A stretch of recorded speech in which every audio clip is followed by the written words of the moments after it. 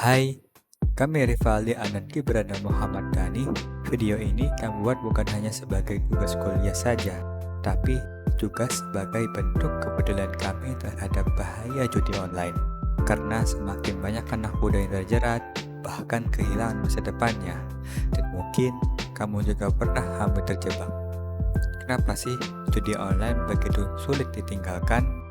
Jawabannya ada di otak kita.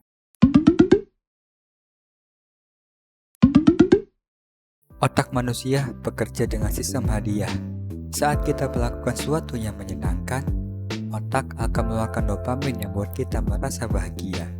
Judi online memberikan ledakan dopamin yang besar, seperti saat kita makan enak, jatuh cinta, atau viral di sosmed. Tapi, ini juga membuat otak kita merasa ketagihan. Sama seperti mesin slot di kasino, judi online memakai efek suara, animasi, dan notifikasi yang memanipulasi otak kita. Kita sering dikasih bonus menang, padahal semuanya sudah diatur oleh sistem. Misal, nyaris menang, bonus awal, dan cashback. Semua itu buat bikin kita kembali lagi, dan ketika kalah, kita merasa kita harus mengembalikan uang kita yang telah hilang. Padahal, sebenarnya kita yang memberi uang kita, atau kita yang merugi. AA, seorang mahasiswa jurusan Pendidikan Bahasa Inggris di Bandung. Awalnya, dia hanya ikut-ikutan temannya, yang mana temannya itu menang ratusan ribu dari judi online. Dan dia pikir, cuma coba-coba aja kalau menang kan mayan. Tapi, dari seru-seruan itu, mulailah menang malam panjang penuh ketegangan dan harapan palsu. Tidur jadi susah, fokus kuliah hilang, dan yang lebih parah, hutang mulai menumpuk. Ia terus bermain, berharap suatu malam keberuntungan datang menghampirinya. Tapi keberuntungan itu hanyalah bayangan. Dan hanya dalam waktu kurang dari 6 bulan, utangnya sudah mencapai 25 juta rupiah. Ia bahkan sempat mempertimbangkan pinjol dan hal-hal yang lebih gelap.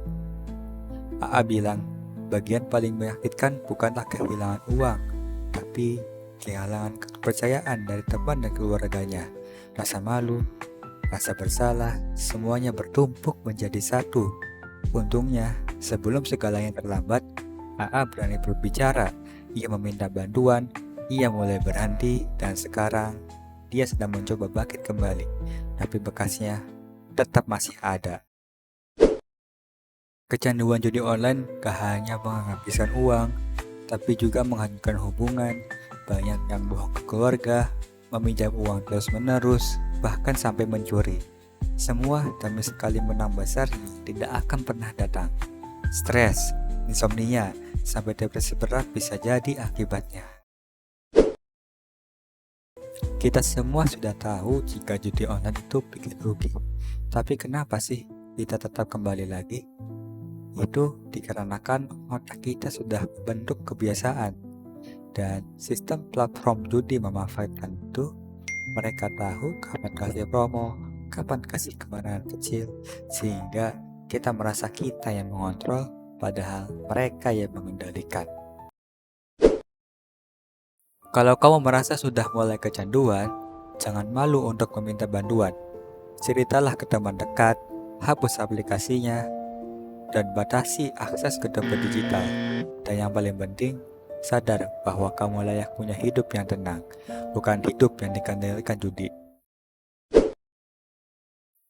Selain bantuan dari sekitar, jangan lupa satu hal yang paling penting, yaitu mendekatkan diri kepada Tuhan.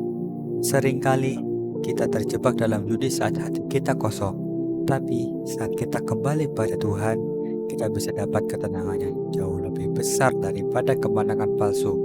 Doa, ibadah, dan refleksi diri bisa jadi penguat saat godaan datang. Tuhan selalu membukakan pintu untuk mereka yang ingin berubah. Judi online bukanlah solusi, bukan juga cara cepat untuk kaya, tapi jalan cepat untuk kehilangan segalanya.